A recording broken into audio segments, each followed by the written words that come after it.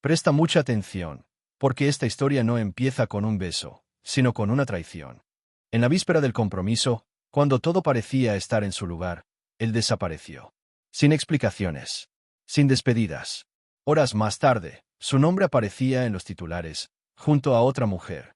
Pero lo que nadie sabía, ni él, ni la nueva prometida, ni la poderosa familia que estaba detrás, era que aquella mujer abandonada llevaba en su vientre al verdadero heredero de la fortuna. Desde ese momento, lo que parecía una simple decepción amorosa, se transforma en un giro que pone en jaque a todo un imperio. Hay manipulación. Hay mentiras. Hay secretos escondidos por casi una década. ¿Y lo mejor? Con cada escena vas a preguntarte, ¿qué más está ocultando ella? Así que no te vayas por nada del mundo. Esta historia está llena de sorpresas, emoción y giros que te van a dejar sin aliento. Y si sos de los que aman relatos intensos, misteriosos y con vueltas inesperadas, suscríbete ya. Porque acá, cada historia es un golpe directo al corazón. Y esta no se olvida jamás. Leocadia Beldarrain tenía ese tipo de presencia que imponía sin necesidad de palabras. En los pasillos solemnes de la Universidad de Salamanca, su postura erguida y sus ojos atentos traducían libros, discursos e idiomas con una elegancia casi aristocrática. Aunque fuera voluntaria, era tratada con respeto. Nadie sabía con certeza de dónde venía ni qué había dejado atrás. Pero había algo en la forma en que sostenía la pluma, o en cómo corregía las sílabas arrastradas de un francés mal hablado, que delataba un pasado noble, quizás doloroso, pero refinado. Fue durante la Conferencia Internacional sobre Literatura Barroca, en una sala llena de tapices rojos y olor a papel antiguo, que Leocadia conoció a Bruno Echevarría Santa Cruz. Bruno era lo opuesto a Leocadia en todo, menos en el magnetismo. Heredero de una de las bodegas más tradicionales de Ribera del Duero, entraba en cualquier lugar como si el sitio hubiese sido diseñado para él. Usaba trajes a medida, zapatos de cuero de Salamanca y llevaba sobre los hombros la vanidad de quien creció acostumbrado al aplauso. Desde pequeño, su destino estaba marcado: dirigir los viñedos, mantener el imperio familiar y, por supuesto, casarse con Cayetana Villajuana, hija de un conde arruinado pero con un apellido necesario para mantener a los Santa Cruz entre la nobleza de fachada. Esa alianza era más política que romántica. Pero había algo en Leocadia que él nunca había visto antes. Una belleza contenida, casi desconcertante, que desafiaba su seguridad con una sola mirada. El primer encuentro fue por casualidad, entre el tintinear de las copas y los aplausos apagados. Ella corregía la traducción simultánea de un autor ruso cuando Bruno se acercó, curioso. Tu voz suena mejor que la del conferencista, bromeó, con una sonrisa ladeada. Ella solo arqueó una ceja y respondió en ruso, con una elegancia afilada. Él no entendió una sola palabra, pero supo que estaba perdido. Los días siguientes fueron una danza de miradas, notas dejadas entre libros y discretas invitaciones a cafés en rincones escondidos. Salamanca, con sus calles de piedra y bibliotecas secretas, se convirtió en el escenario de un romance que crecía en silencio, tan intenso como prohibido. Bruno sabía que ese amor era un riesgo. Y, justamente por eso, le resultaba aún más irresistible. Las cenas a escondidas, las cartas intercambiadas entre conferencias, los besos robados entre estanterías de libros antiguos, todo parecía sacado de una historia escrita solo para ellos. Leocadia, que durante tanto tiempo había blindado su corazón contra el afecto, empezó a permitirse pequeñas grietas. En una noche lluviosa, entre copas de vino y confesiones al oído, ella reveló que había perdido a sus padres muy joven. Bruno, en respuesta, confesó que su corazón nunca había latido de verdad por Cayetana. Ella quiere mi apellido. Pero tú me ves como soy. La pasión que nació en secreto creció como un buen vino añejado en barricas de roble. Bruno empezó a faltar a reuniones con los accionistas para verla, y Leocadia arriesgaba su reputación solo por otro atardecer con él en las murallas de Salamanca. Y entonces, una noche bajo un cielo violeta de verano, en un castillo antiguo convertido en hotel, él se arrodilló con un anillo antiguo, herencia de su bisabuela. «Cásate conmigo, Leocadia Beldarrain», dijo con los ojos húmedos y la voz temblorosa. Ella no respondió de inmediato. Solo lloró. Luego sonrió. Y aceptó. En ese momento, todo parecía posible. Hasta que el mundo decidió recordarles de dónde venían. En los días siguientes, Bruno desapareció de los compromisos. Envió mensajes diciendo que preparaba el anuncio oficial del compromiso y que hablaría con su padre. Leocadia, todavía embriagada por la promesa, empezó a imaginar mentalmente sus votos. Soñaba con el vestido, el aroma de las flores, hasta con el sabor del pastel. Por primera vez en años, creía que el amor podía ser más fuerte que el miedo. Pero había algo en los silencios que se repetían. Las notas ya no llegaban. El teléfono solo sonaba sin respuesta. Y los pasillos de la universidad se sentían más fríos, como si anticiparan un invierno que aún no había comenzado. Entonces apareció el titular, mostrado en los escaparates de los kioscos, con letras doradas y una foto posada. Boda entre Santa Cruz y Villajuana confirmada para otoño. El corazón de Leocadia se detuvo por un segundo. Luego estalló en un dolor sordo, como si cada palabra fuera una cuchilla girando lentamente en el pecho. No lloró de inmediato. Solo miró el periódico, como quien ve a un fantasma familiar. Ahí estaba, en blanco y negro, el nombre del hombre que le prometió amor eterno, al lado de la mujer que ella sabía que estaba hecha de veneno. Cayetana había ganado. Y Bruno había desaparecido sin decir una sola palabra. Aquella noche, Leocadia no pudo dormir. Pasó horas releyendo las cartas que había guardado en una caja azul, como quien intenta encontrar errores en su propia historia. «Fui una tonta», murmuró para sí. Pero la pregunta no encontraba respuesta. Lo único que sabía era que había sido traicionada. Y no solo por Bruno, sino por el destino, por la promesa de un amor que, ahora, parecía una trampa bien planeada. El veneno de la humillación le recorría la piel lentamente. La vergüenza de haberse entregado a alguien que, al final, eligió la conveniencia en lugar de la verdad. Leocadia desapareció de los salones, de las bibliotecas, de las calles donde alguna vez floreció el amor. Algunos decían que había regresado a su ciudad natal. Otros, que estaba internada. Pero nadie sabía con certeza. Lo que pocos imaginaban era que, detrás de ese silencio repentino, había algo más que dolor. Había un secreto, uno aún más grande. Un secreto que ni Bruno, ni Cayetana, ni los propios Santa Cruz conocían. Un secreto que crecía, día tras día, dentro de ella, latiendo como una semilla escondida en el vientre. Y ese secreto sería el inicio de una nueva historia. El dolor de Leocadia no era solo por el amor perdido, sino por la traición absoluta de alguien que juró protegerla. El silencio se convirtió en escudo. La distancia, en armadura. Y en medio de ese torbellino de lágrimas contenidas y pasos decididos, tomó la decisión más dura de su vida. Desaparecer del mapa. Cambiar de nombre. Cortar con el pasado como si fuera un cordón invisible. Y empezar de nuevo, lejos de los focos, de las promesas, y, sobre todo, de la familia Santa Cruz. Pero el destino, ese dramaturgo terco, aún tenía varios actos escritos con sus nombres. Y el escenario apenas comenzaba a montarse. Fueron días que parecían siglos. Leocadia se sentaba en el mismo banco de piedra cada mañana, esperando a alguien que nunca volvería. El vestido que había usado el día del compromiso aún colgaba detrás de la puerta, como si eso pudiera hacer retroceder el tiempo. Pero nada cambiaba. Solo crecía el silencio. Hasta que, al quinto día, vio el titular en un kiosco de la Plaza Mayor, y sintió que el suelo se abría bajo sus pies. Bruno había sellado su destino con Cayetana Villajuana. Una boda entre apellidos, fortunas y conveniencias. Las promesas que le había hecho se evaporaron con el champán del anuncio. Leocadia no lloró en público. Pero esa noche, toda la ciudad pareció escuchar sus sollozos ahogados contra la almohada. La traición no fue solo una lección amorosa. Fue un golpe directo al alma. Bruno lo sabía. Sabía todo. Y aún así, eligió el camino más fácil, o tal vez, el más cobarde. Pero lo que Leocadia aún ignoraba era que esa historia tenía capas más profundas. Días después, aún en shock, volvió discretamente a Salamanca, con la esperanza de hablar con un viejo amigo de la familia Santa Cruz. Fue allí, entre notas olvidadas y mensajes interceptados, que descubrió la magnitud de la trampa. Cayetana lo sabía todo desde el principio. Y con la frialdad de una estratega de guerra, tejió su red. Un embarazo falso. Leocadia tuvo que leer la carta 2 veces para creerlo. Cayetana había falsificado exámenes y presentado a los Santa Cruz la prueba de que esperaba un heredero.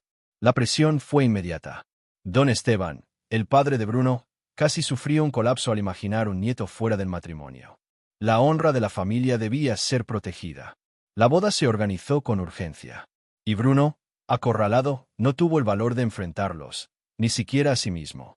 Su silencio no era desprecio, sino debilidad. Pero para Leocadia, el resultado era el mismo: abandono. El dolor que sintió no entraba en palabras. Era un dolor ancestral, como si todas las mujeres traicionadas del mundo susurraran al unísono. Fuiste engañada. Leocadia, que siempre había controlado cada paso, ahora estaba a la deriva. Y fue en ese naufragio emocional que un nuevo terremoto la sacudió por dentro. Un retraso. 2. 3. Hasta que llegó la confirmación, estaba embarazada. De Bruno. Del hombre que, oficialmente, ahora era esposo de otra. El mundo se le vino abajo. No por miedo a ser madre, sino por saber que ese hijo nunca tendría un lugar legítimo en el mundo del que provenía. Sí, llevaba sangre Santa Cruz. Pero sin nombre. Sin título. Sin nada. Y fue entonces, entre lágrimas y suspiros, que Leocadia tomó una decisión irrevocable: desaparecer. Sabía que cualquier intento de justicia, en ese momento, sería visto como venganza. Y ella no quería venganza. Todavía no. Quería sobrevivir. Con documentos falsos y valor de verdad, eligió un nuevo nombre: Luisa Belda. Compró un billete solo de ida a un pueblo costero casi olvidado, llamado Aranda del Mar. Un lugar donde nadie conocía su historia. Donde podría escribir nuevos capítulos en silencio. Lejos de titulares. Y de apellidos que le daban náuseas. Y, sobre todo, donde podría proteger lo que ahora se convertía en su única razón para respirar: su hijo. El embarazo no fue fácil. Entre náuseas, pesadillas y noches solitarias, Leocadia, ahora Luisa, transformó el dolor en fuerza. Bordaba ropita a mano, con hilos de colores y esperanza cosida entre puntada y puntada. Recitaba poemas al vientre y le hacía promesas en silencio al niño que llevaba dentro. Tú nunca vas a sentirte rechazado. Con cada patadita, se sentía más viva, más madre, y menos víctima. El niño nació en una madrugada lluviosa, con ojos atentos y facciones delicadas. Lo llamó Elías. Un nombre fuerte, como los vientos que barren los acantilados de aquella costa. Los años pasaron despacio, como si el tiempo entendiera la necesidad de sanar. Leocadia trabajó como maestra en una escuelita local. Era admirada por su paciencia con los niños y por la sabiduría que emanaba de cada gesto. Nadie conocía su pasado. Solo sabían que era una mujer culta, amable y profundamente reservada. Elías creció curioso, carismático, apasionado por los mapas y las uvas. Un niño especial, que hablaba 3 idiomas antes de cumplir 7 años. No sabía de dónde venía. Y Luisa prefería que fuera así. El secreto era una protección. No contra el mundo, sino contra las heridas que el mundo podía volver a abrir. Una noche cualquiera, mientras arrullaba a Elías con una vieja canción gallega, Leocadia comprendió algo. Ese niño era la prueba viva de que incluso el dolor más profundo puede dar origen a algo sublime. Pero dentro de ella, había una pregunta que nunca hallaba respuesta. ¿Bruno lo habría sabido alguna vez? ¿Pensaría en ella? ¿En Elías? Parecía irrelevante, hasta que la vida, terca como siempre, decidió abrir puertas que ella creía cerradas. El destino, con sus caprichos, ya estaba preparando el reencuentro. Las mareas de Aranda del Mar traían conchas, recuerdos y, a veces, fantasmas. El pasado, por más enterrado que estuviera, siempre encontraba forma de salir a flote. Y el suyo, estaba más cerca de lo que imaginaba. Leocadia había aprendido a vivir en paz, a volverse invisible. Pero la mirada de Elías, cada día más parecida a la de Bruno, le servía de espejo y recordatorio. Ella intentaba no hundirse en eso. Pero el amor, al igual que el dolor, no tiene fecha de caducidad. Y cuando menos se espera, todo vuelve. Con fuerza, con voz. Y con ojos que nos reconocen incluso antes de decir una palabra. El festival escolar era un evento sencillo, pero muy esperado por los habitantes de Aranda del Mar. Las familias se reunían bajo toldos floridos, los alumnos recitaban poesías, bailes y canciones con un entusiasmo que conmovía hasta al más incrédulo. Leocadia, o mejor dicho, Luisa Belda, ya estaba acostumbrada a esa clase de simplicidad. Allí, entre niños inquietos y madres nerviosas, ella había encontrado refugio. Ese año, Elías había sido elegido para cerrar el festival con un poema de Neruda. Ensayó durante semanas, con una delicadeza que conmovía. Pero ni Leocadia, ni nadie, podía prever lo que aquella presentación desencadenaría. El niño subió al escenario de madera con el cabello cuidadosamente peinado hacia un lado. Su mirada era serena, pero había algo en sus gestos que recordaba a un hombre que Luisa llevaba años tratando de olvidar. Elías sostenía el papel con firmeza, pero, al comenzar a declamar, ya no necesitó leer. Para que tú me oigas, Mis palabras a veces se adelgazan como las huellas de gaviotas en la playa. El público guardó silencio.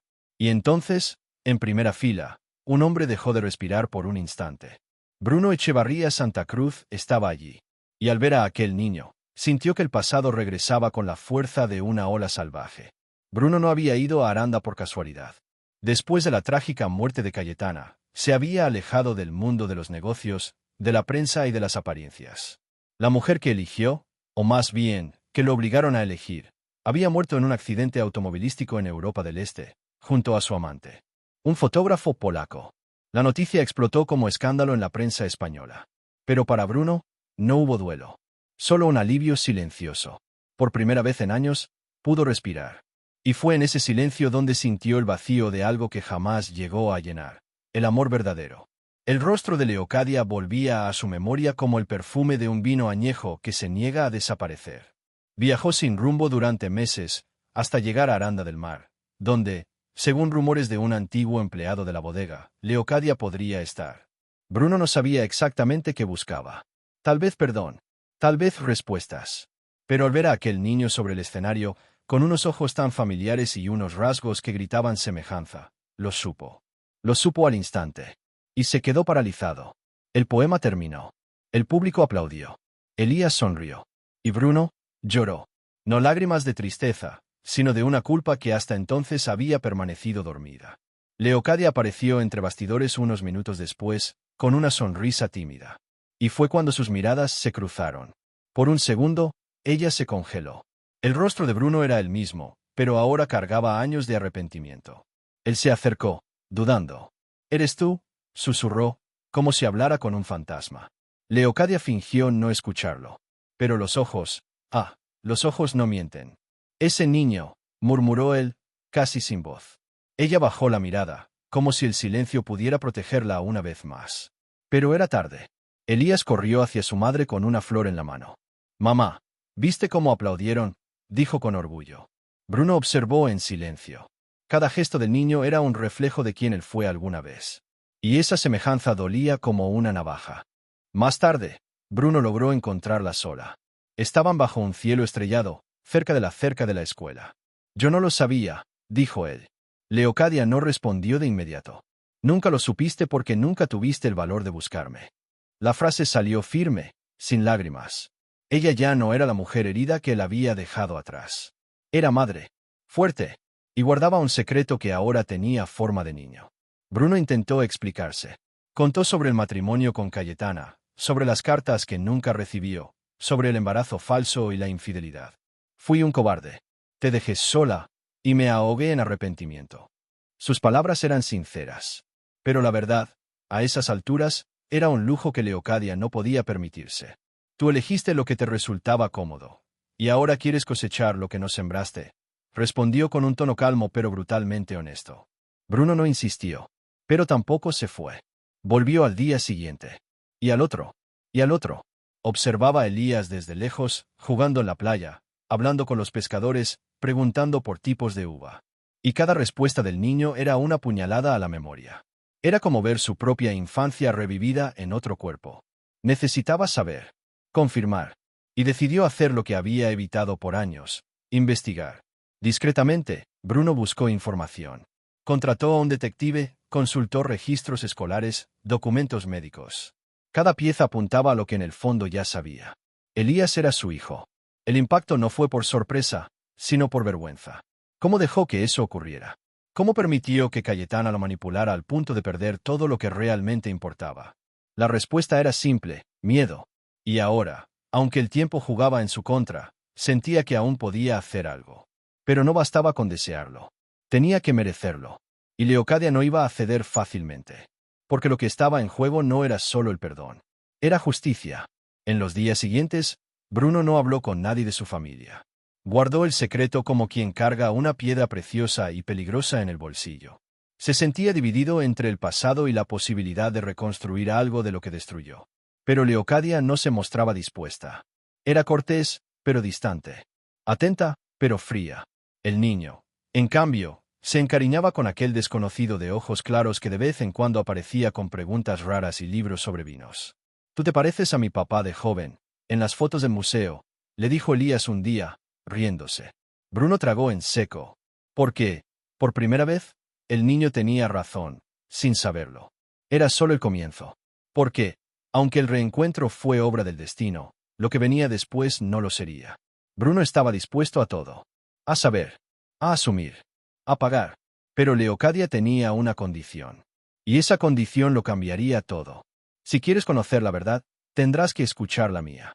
Y en esa mirada desafiante, ella puso sobre la mesa 8 años de silencio, dolor y sacrificio. La verdad nunca es gratis. Pero a veces, es el único puente hacia lo que se perdió. Y Bruno, sin saberlo, estaba a punto de cruzarlo, con o sin garantías de perdón. Bruno no dudó. Tras tantos años de negación, de dudas, de culpa, necesitaba la verdad. Cuando Leocadia le impuso su condición, la aceptó de inmediato. Sabía que no bastaba con una prueba de ADN para recuperar lo perdido.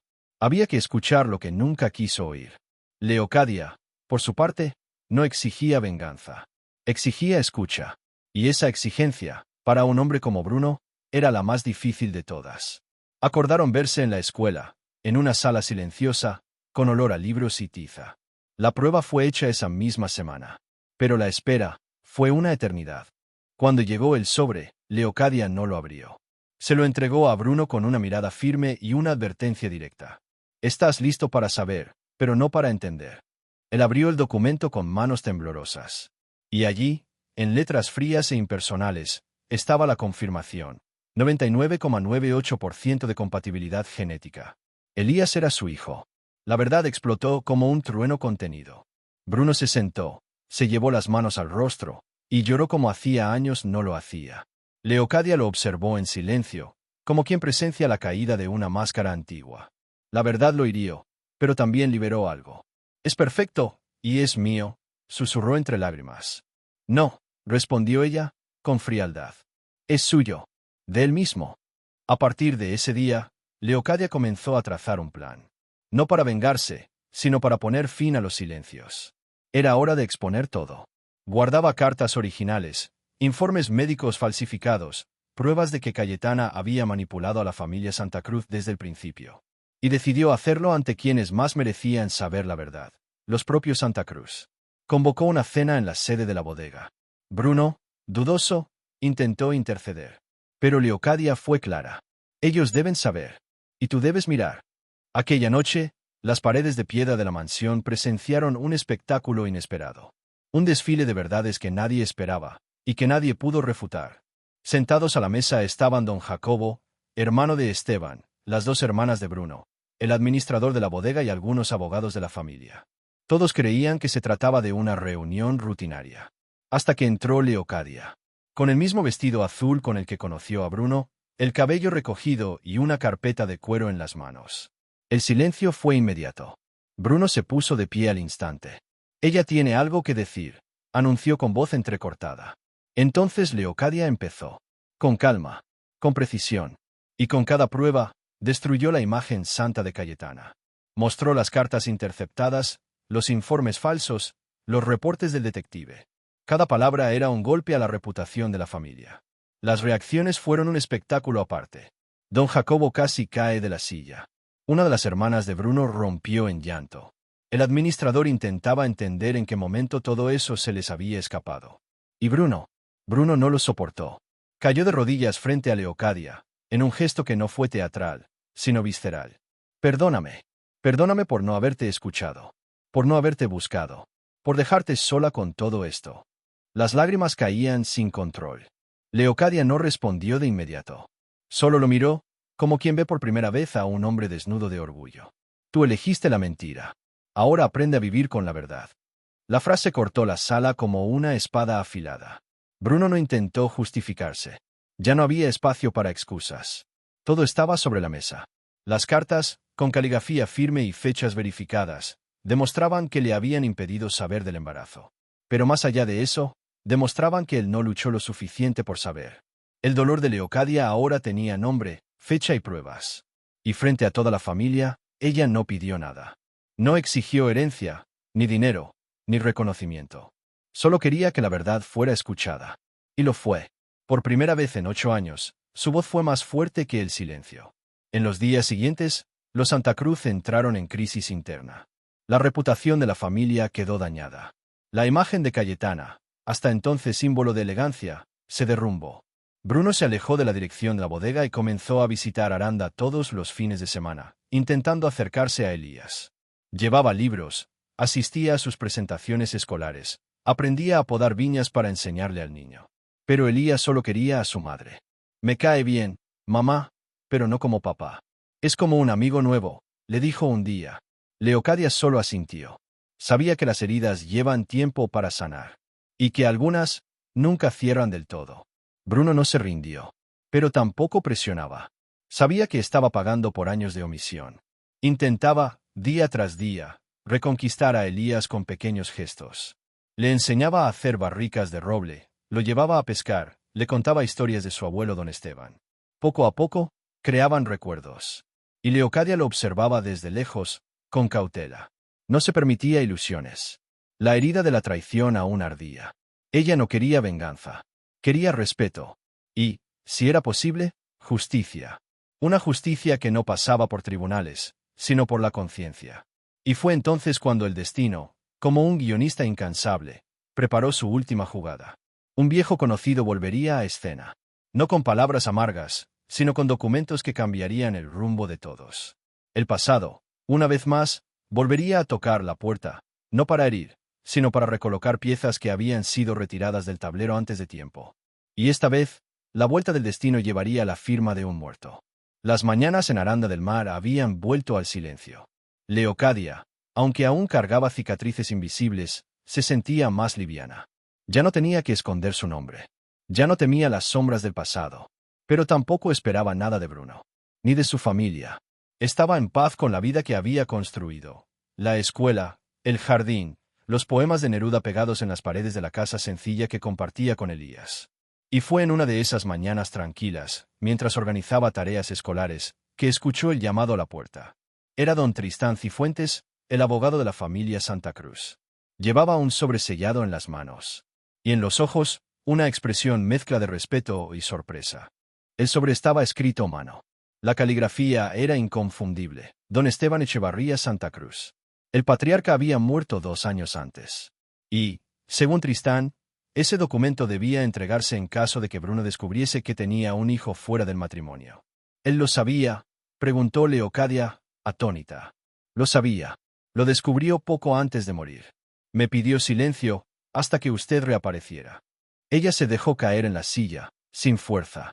El abogado abrió el sobre con delicadeza y empezó a leer. El testamento alternativo nombraba a Leocadia Beldarrain como administradora oficial de los viñedos experimentales de la familia, con derecho a voto en el Consejo Directivo de Santa Cruz y Hijos.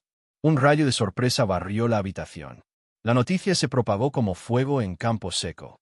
La prensa local intentaba entender quién era esa mujer misteriosa que había surgido de la nada y ahora era codirectora de una de las bodegas más tradicionales de España.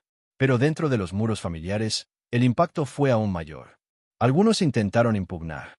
Otros, en especial los accionistas, se opusieron. Pero Tristán presentó pruebas, firmas y la fecha del documento, 2 meses antes de la muerte de don Esteban. Él la admiraba, señora Beldarrain, dijo el abogado. Investigó su historia, leyó sus artículos, y quedó encantado con su dignidad. La justicia, al fin, se hacía realidad. No por las manos de los vivos, sino por las decisiones de quien, antes de partir, supo ver lo esencial. Leocadia podría haber usado ese cargo como venganza. Pero, como siempre, actuó con equilibrio.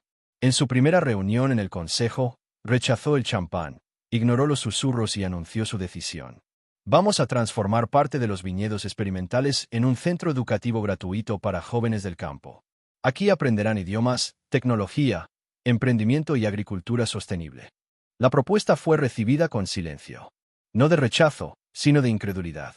Bruno, que observaba todo, no pudo contener la emoción. Era como ver la justicia florecer donde antes solo había soberbia. Elías fue el primero en correr entre las nuevas parras. Vio los murales llenarse de colores, escuchó las primeras canciones sonar en los salones antes abandonados. Niños de toda la región comenzaron a llegar con mochilas, libros y sueños. Leocadia no buscaba venganza. Buscaba transformación. Y ahora tenía el poder de ofrecer un futuro que un día le fue negado.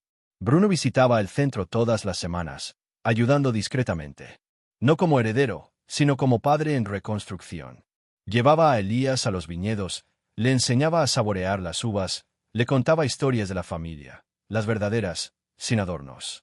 Leocadia observaba todo con la serenidad de quien ya ha sufrido demasiado.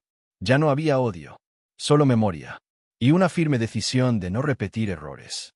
A veces caminaba al lado de Elías por los senderos de tierra, escuchando sus planes para el futuro.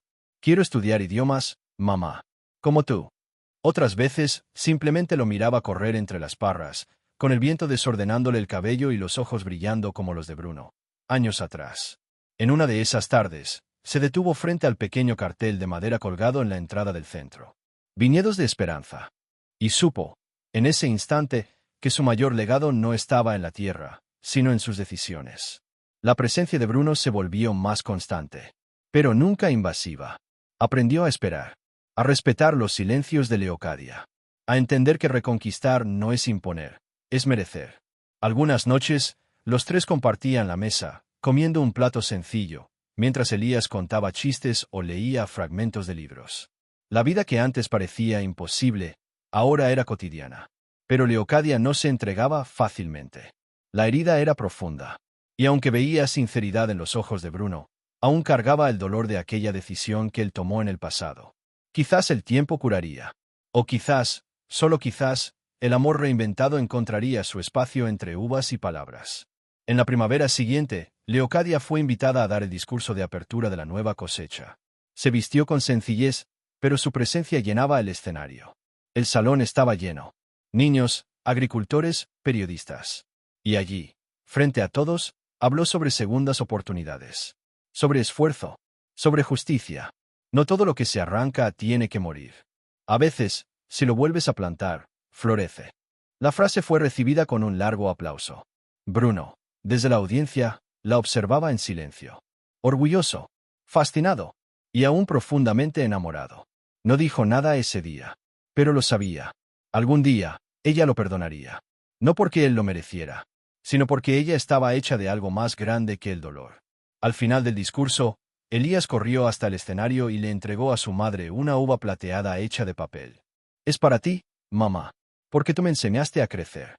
Ella lo abrazó con fuerza, sintiendo su corazón latir como si fuera la primera vez.